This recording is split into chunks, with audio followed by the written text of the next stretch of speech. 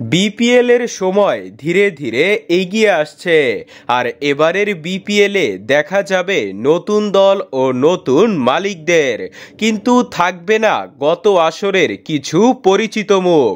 গত বিপিএল এ নেক্কারজনক ঘটনা ঘটায় চট্টগ্রাম কিংস, যখন সামির কাদের চৌধুরী প্রথম বিপিএল এ দল নিয়েছিলেন তখন বড় বড় তারকাদের পাওনা বকেয়া রেখেছিলেন।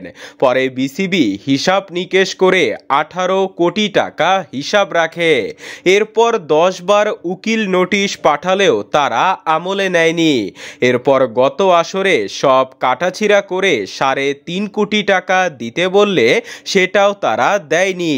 সর্বশেষ আসরেও তারা শাহিন শাহ আফ্রিদির পাওনাসহ খেলোয়াড়দের পারিশ্রমিকও দেয় না। একই ঘটনা আবার ঘটায়, তাই তাদের উপর অসন্তুষ্ট বিসিবি। যতটুকু জানা গিয়েছে এবার তাদের মালিকানা পরিবর্তন করে বাংলা টাইগার্সকে দেওয়া হবে।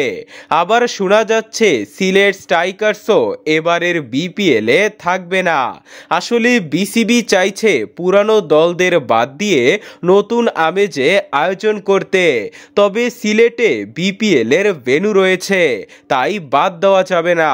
হয়তো নতুন মালিকানায় দেখা যেতে পারে এই দলকে।